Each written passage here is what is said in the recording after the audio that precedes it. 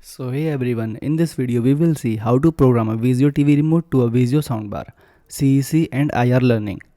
Method first is HDMI ARC and CEC setup. Plug one end of the HDMI cable into the HDMI ARC port on the Vizio TV. Connect the other end of the HDMI cable to the HDMI ARC port on the soundbar. Press the menu or gear button on the Vizio TV remote to open TV setting.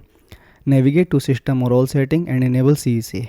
In the TV's audio setting, switch TV speaker to off to ensure remote control only the soundbar volume. Second method is soundbar button shortcut. Ensure the soundbar is powered on. Press and hold the power button and volume up button on the soundbar simultaneously for about 5 seconds.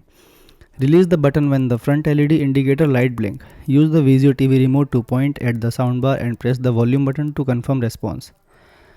Third method is the Vizio mobile app method. Download and open the Vizio mobile app on the smartphone. Pair your soundbar to the app via Bluetooth. Go to the setting gear icon within the app and select system. Locate the option labeled Vizio TV remote or Vizio TV remote and toggle it on. Thanks for watching.